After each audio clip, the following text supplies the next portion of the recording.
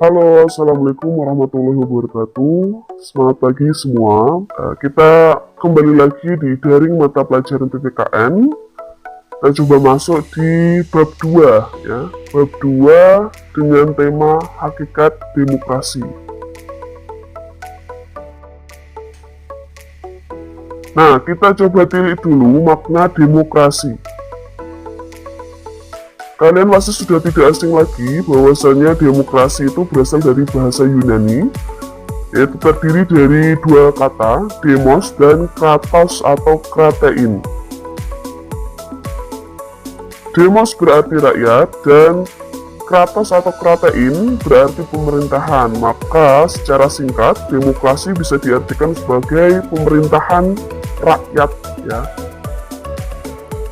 Lalu seorang tokoh bernama Abraham Lincoln berpendapat bahwasanya demokrasi adalah pemerintahan dari rakyat, oleh rakyat, dan untuk rakyat.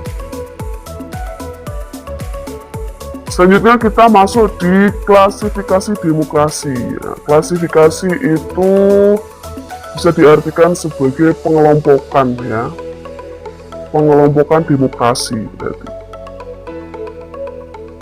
Nah, yang pertama, demokrasi itu dikelompokkan berdasarkan titik perhatiannya.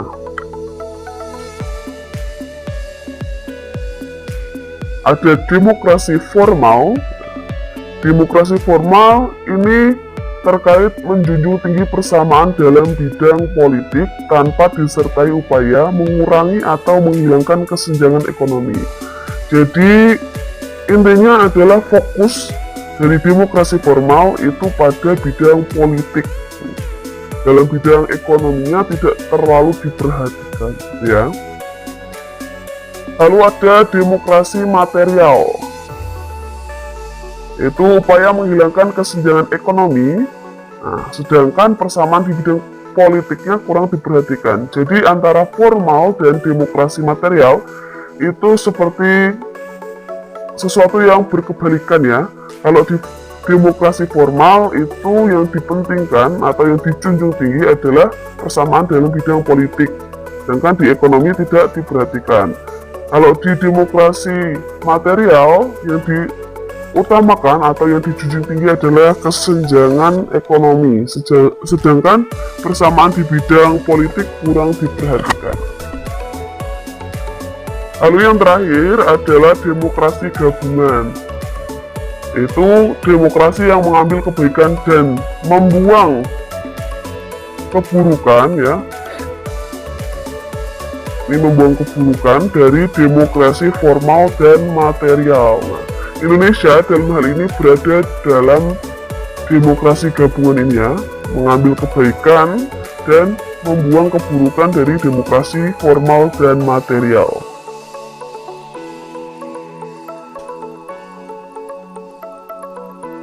Lalu yang kedua, dikelompokkan berdasarkan ideologi.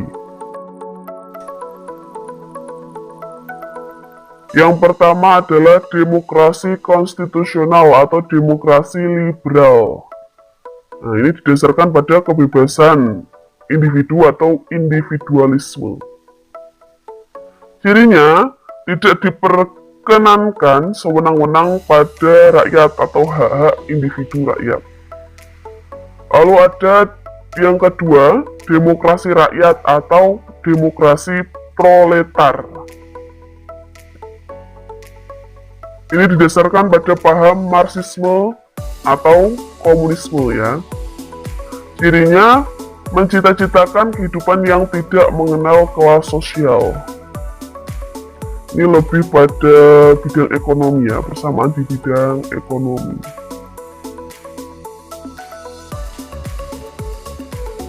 Lalu yang ketiga adalah pengelompokan demokrasi berdasarkan proses penyaluran kehendak rakyat. Nah, ini ada demokrasi langsung. Nah, demokrasi langsung berarti penyaluran aspirasi rakyat secara langsung. Misalkan ini ya, pada gambar ini adalah proses pemilihan umum. baik itu pemilihan umum misalkan presiden ataupun lembaga legislatif yang lain. Nah, yang kedua ada demokrasi tidak langsung. Nah, itu merupakan penyaluran aspirasi yang diwakilkan. Nah, ini dalam gambar adalah sidang DPR misalkan ya. Nah, ini berarti para wakil rakyat, yaitu DPR itu membawa aspirasi dari masyarakat atau rakyat yang akan disampaikan atau disalurkan dalam sidang-sidang ya. Sidang-sidang yang akan mengeluarkan sebuah kebijakan atau keputusan. Jadi dalam pembuatan keputusan atau kebijakan itu, masing-masing dari wakil rakyat ini membawa atau menyalurkan aspirasi dari rakyat. Lalu selanjutnya kita masuk di prinsip-prinsip demokrasi. Nah, ini kita coba sampaikan prinsip demokrasi menurut Henry B. Mayo ya, Henry B. Mayo. Dia ada dua ahli ya kalau di buku paket, tapi kita coba sampaikan yang menurut Henry B. Mayo saja. Kalian bisa pelajari lebih lanjut, ada di buku paket PDF yang sudah saya share. Nah, yang pertama adalah menyelesaikan perselisihan ya. Jadi dalam demokrasi itu selayaknya menyelesaikan sebuah perselisihan. Lalu ada menjamin terselenggaranya perubahan secara damai. Nah, maksudnya itu pergantian pemimpin dan lain sebagainya itu secara damai. Lalu ada penyelenggaraan pergantian pemimpin secara teratur. Jadi harus dilaksanakan berkelanjutan ya dan teratur.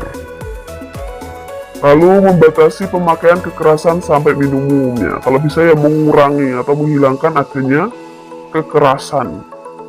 Kemudian mengakui keanekaragaman. Di antaranya mengakui perbedaan sara ya, suku, agama, ras, dan antar golongan.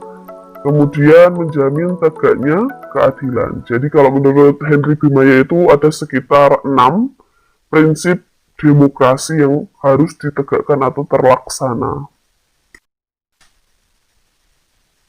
Nah, pertemuan pertama di bab 2 cukup sekian. Silahkan jika masih ada yang dibingungkan ya atau ada pertanyaan, silahkan kalian mengajukan pertanyaan, boleh di kolom komentar YouTube atau di kolom komentar Google Classroom ya. Be smart, be healthy ya. Wassalamualaikum warahmatullahi wabarakatuh. Semangat!